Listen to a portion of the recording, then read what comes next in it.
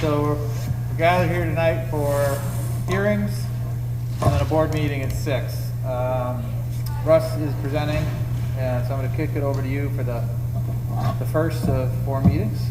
Thanks, Jesse. Tonight we start our long night of meetings with a public hearing regarding RSA 189-20:B. I'll pull that up in a minute, but the purpose of this would be relative to accepting the ESSER 2, ESSER 3 grants and a grant that we received from the New Hampshire Public Utility Commission awards. Here is the RSA. I'll dig into this a little bit for you. Specifically, the RSA calls for if we have unanticipated funds that the school board would hold a hearing that's over the amount of $5,000.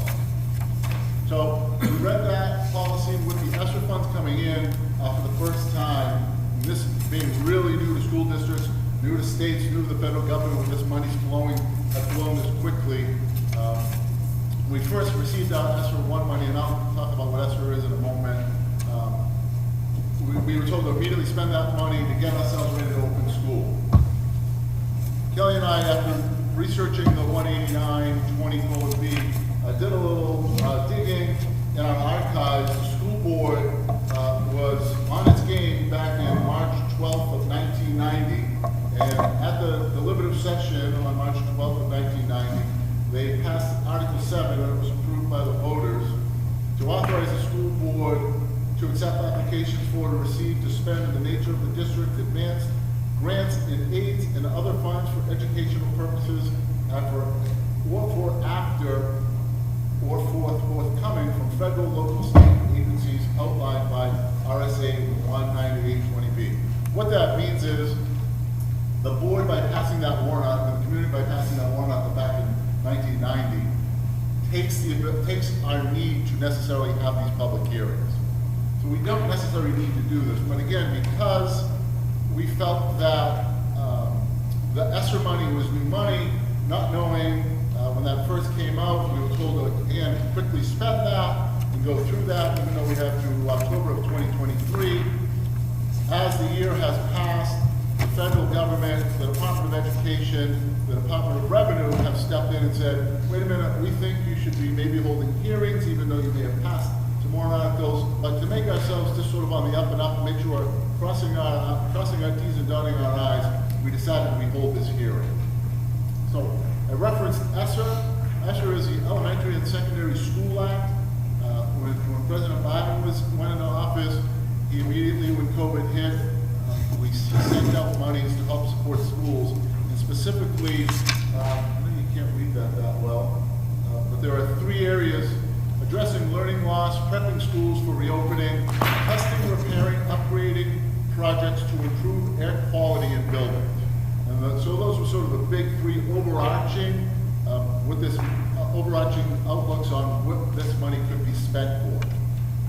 Again, when we received our ESSER 1 money back when school opened in 2020, we needed that money immediately. We went to buy PPE, mask, hand sanitizer, air circulators, individual air circulators from our classroom, knowing our elementary school doesn't have any air circulation and air handling units, and so that money was spent. As we move forward, again, here are the funds that we have received. ESSER 1, we received originally the $34,266, again, spent on reopening. ESSER 2, we received the $184,192, and ESSER 3, we received $414,074. Out of the ESSER 3 money, 20% of that needed to be spent specifically on learning loss, so that's that 20% number.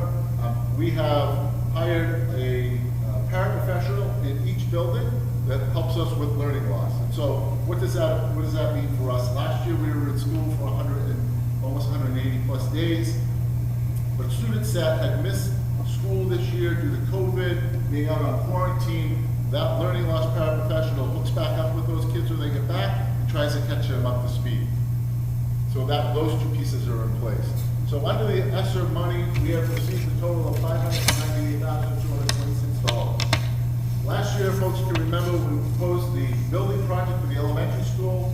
We had talked about spending this $184,000 and this 414, and putting that money towards the project.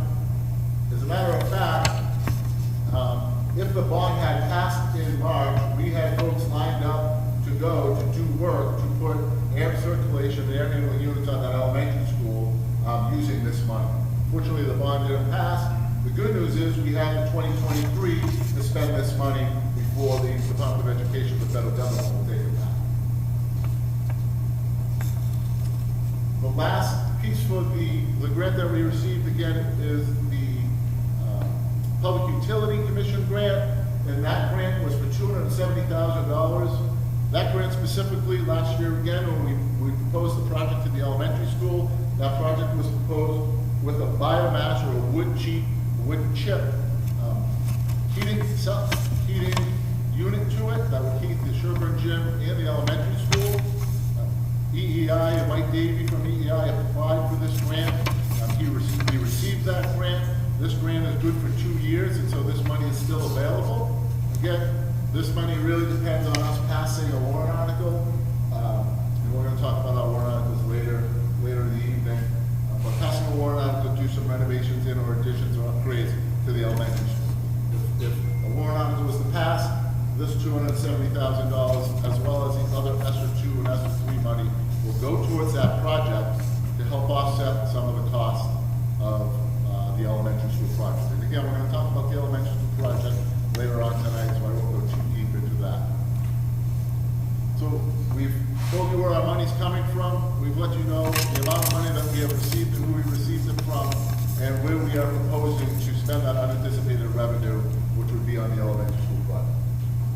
So that's our legality piece, and I guess at this point, if there are questions from folks in the public or the board, we'd be happy to take them at this time. We've talked about this at length, so I don't have any questions. Scott or Andy, anything? No, we've discussed it during some of the budget meetings, so I'm all set.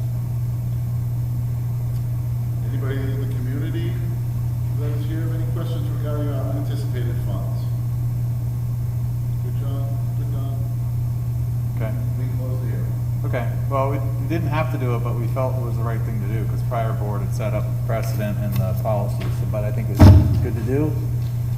So thank you. We'll call the hearing closed at 4:41.